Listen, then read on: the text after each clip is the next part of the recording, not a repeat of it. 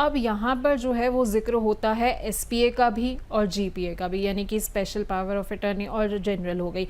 इन दोनों में क्या अंतर हो जाता है और ये क्या चीज़ें हैं, थोड़ा इन टर्म्स के बारे में भी हमें समझाइए। तो जीपीए मतलब जनरल पावर अटॉर्नी, एसपीए मतलब special power attorney. General power attorney में मैं उसे ब्रॉड पावर्स दे दूंगा कि आप मेरे बैंक अकाउंट भी ऑपरेट कर सकते हो, आप मेरी इंश्योरेंस पॉलिसी का प्रीमियम भर सकते हो, और इस तरह की बहुत प्रॉपर्टी सेल कर सकते हो। स्पेशल में कहूँगा आप केवल ये काम कर सकते हो। सपोज मेरा एक फ्लैट है कैलकाटा में, मैं बॉम्बे में रहता हूँ, तो अब मुझे कैलकाटा वाला फ्लैट बेचना है, और मेरा एक दोस्त है कैलकाटा में जिस पे मैं विश्वास करता हूँ, तो मैंने उसको पावर अटॉर्नी दे दी कि तुम ये कैलकाटा वाला फ्लैट बेच सकते हो, और ये अगले 6 महीने तक पावर अटॉर्नी वैलिड रहेगी। अब ये खाली कैलकाटा वाले फ्लैट की सेल के लिए बनी है पावर अटॉर्नी, तो ये स्पेशल पर्पस के लिए हो गई। अच्छा। अब जनरल पावर अटॉर्नी, सपोज मैंने अपनी वाइफ को जनरल पावर अटॉर्नी दे रखी है कि कल को अगर मेरे को कुछ हो जाता है जिससे कि मैं लीगल डिसीजन लेने में असक्षम हो जाऊँ, तो आप मेरे बिहाफ पे ये चीज़ें कर सकते हो। अब इसमें मैंने ये नहीं बताया कि आप कौन सा बैंक अकाउंट ऑपरेट कर सकते हो, कितने टाइम के लिए कर सकते हो। मैंने तो जनरल पार्ट है कि आप मेरे सारे बैंक अकाउंट ऑपरेट कर सकते हो, आप मेरी वाली प्रॉपर्टी सेल कर सकते हो, मेरे को रिप्रेजेंट कर सकते हो कोर्ट केसेस में। तो इस तरीके से मैंने जनरल पावर अटॉर्नी दी, वो जनरल हो गई। ठीक है, तो जनरल पावर ऑफ अटर्नी में मतलब एक ब्रॉडर व्यू चला जाता है, वो उसमें जनरली जो चीज़ें आती है वो सब शामिल होती है। स्पेशल में हमने जैसे किसी एक फ्लैट का दे दिया, या अगर मैंने किसी को कहा कि भाई मेरे बिहाफ पर आप जाकर वहां पर गाड़ी बेचाओ, तो वो गाड़ी का हो गया। बहुत सारी टाइम पे लोग क्या होते हैं, कोर्ट केसेस चल रहे होते हैं, तो कोर्ट केस में किसी को पावर अटॉर्नी देते हैं कि मुझको रिप्रेजेंट करके आप ये कागज फाइल कर दो। ठीक है, राइट। तो उस तरीके से होता है ना, तो आपके लिए फिजिकली हर बार पहुंचना मुमकिन नहीं होता, तो इसलिए आप पावर अटॉर्नी देते हो, और स्पेसिफिक पर्पस के लिए दी तो स्पेशल पावर अटॉर्नी हो गई। इन जनरल दी तो सब चीज़ों को यूज़ कर सकते हैं। ठीक है, लेकिन ये जो जनरल पावर ऑफ अटर्नी है, क्या ये किसी स्पेसिफिक टाइम पीरियड के लिए भी दी जा सकती है कि मान लीजिए कि 6 महीने के लिए जो है मैंने पावर ऑफ अटर्नी दे दी कि ये व्यक्ति 6 महीने के अंदर मेरे जितने भी काम होगा वो करेगा, उसके बाद जो है वो वैलिड नहीं? स्पेसिफिक टाइम पीरियड के लिए भी हो सकती है, इनडेफिनेट भी हो सकती है। ओके, वो तो आप पे डिपेंड करता है आप कैसे उसको एग्जीक्यूट करना चाहते हैं और आपका पर्पस क्या है।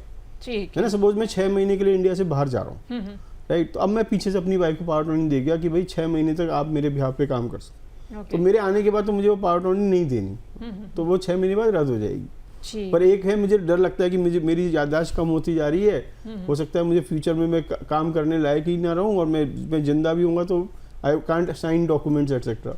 तो उसमें मैंने उसे जनरल पावर अटॉर्नी दे दी कि अब आगे हमेशा के लिए आप ये कर सकते हो मेरे बिहाफ पे। तो वो डिपेंड करता है, ठीक है, आपका पर्पस क्या है। अच्छा सर, आपने हमें एसपीए जीपीए के बारे में तो बता दिया, और कितनी तरह की पावर ऑफ अटर्नीज होती हैं? तो टोटल 4 तरीके की पावर अटॉर्नी होती हैं। हाँ। पहली एक तो जनरल पावर अटॉर्नी जो आपने कहा, फिर स्पेशल पावर अटॉर्नी, एक होती है durable power of attorney. Durable power attorney क्या है कि ऐसी पावर अटॉर्नी जो आपके इनकैपेसिटेशन के बाद भी वैलिड रहती है। एक नॉर्मल पावर अटॉर्नी, आप ध्यान से सुनिएगा, एक नॉर्मल पावर अटॉर्नी एज्यूम करती है जो एजेंट है वो प्रिंसिपल के इंस्ट्रक्शंस पे काम कर रहा है।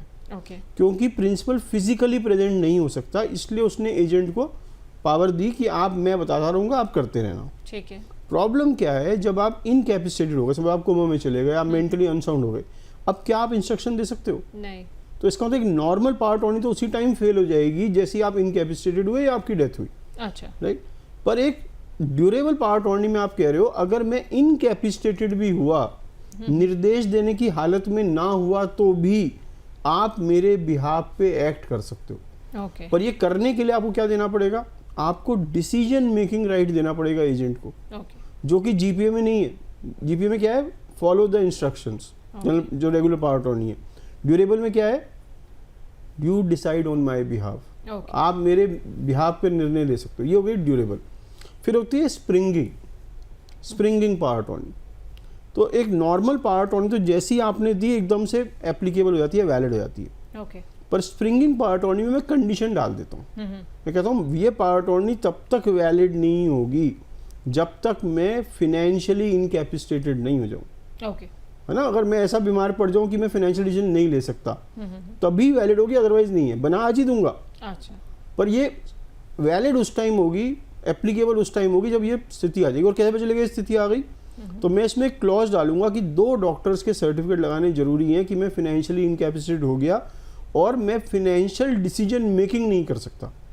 हर इनकैपेसिटेशन आपको फिनेंशियल डिसीजन मेकिंग से नहीं रोक रही। सपोज आपके दोनों पाँव खराब हो गए, आप इनकैपेसिटेड तो हो गए, पर फिनेंशियल डिसीजन तो ले सकते हो ना। ले सकते हैं। तो आप उसे ये लिख के देना पड़ेगा डॉक्टर को कि ये फिनेंशियली इनकैपेसिटेटेड हो गए, he can not take financial decision, so this power of attorney will become valid.